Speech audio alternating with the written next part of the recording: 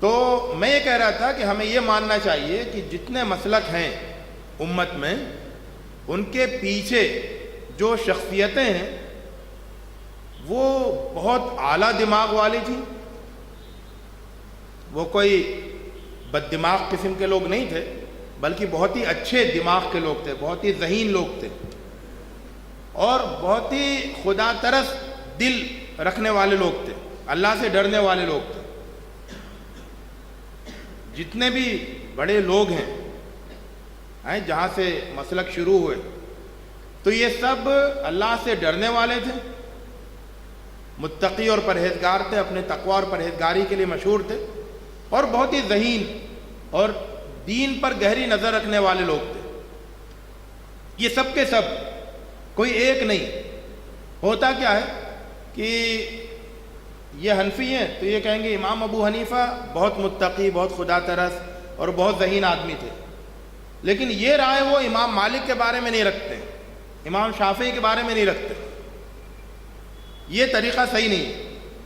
صحیح رویہ یہ ہے کہ جتنے بھی امام ہیں اور جتنے بھی بڑے علماء ہیں تو وہ سب خدا ترس بھی تھے، متقی بھی تھے، اور وہ ذہین اور گہرے عالم بھی تھے۔ اسی لیے اللہ تعالیٰ نے ان کے علم میں اور ان کے خیالات میں اتنی برکت رکھی ہے کہ امت کا ایک بڑا حصہ ان کو ماننے والا ہے۔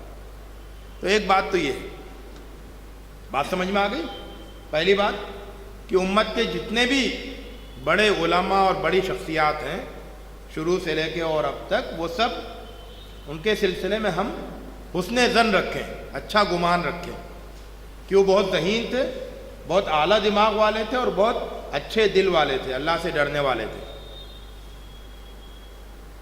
تو پھر ایک اس کا نتیجہ کیا ہوگا، جو دوسرا اسٹیپ ہے وہ یہ کہ ہم امت کے تمام اہل علم کو، تمام اماموں کو، تمام فقہا کو، تمام محدثین کو، تمام مفسرین کو، تمام اہل علم کو امت کا مشترک سرمایہ سمجھیں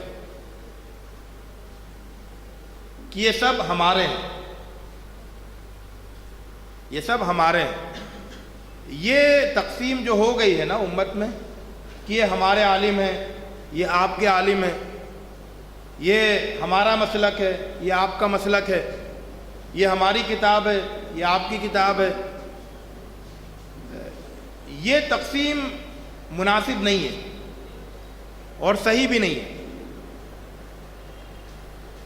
صحیح بات یہ ہے کہ جتنے بھی امت کے بڑے علماء ہیں وہ پوری امت کے ہیں،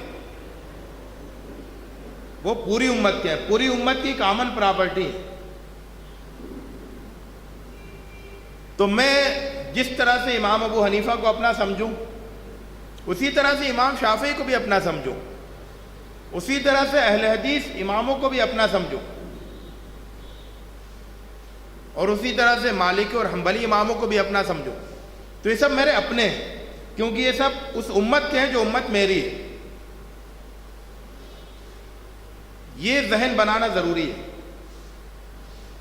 جب تک میرے اور تیرے کی تقسیم رہے گی، جب تک دنیا برقرار رہے گی، تو میرے اور تیرے کی تقسیم ختم کریں، کیونکہ یہ تقسیم غلط ہے۔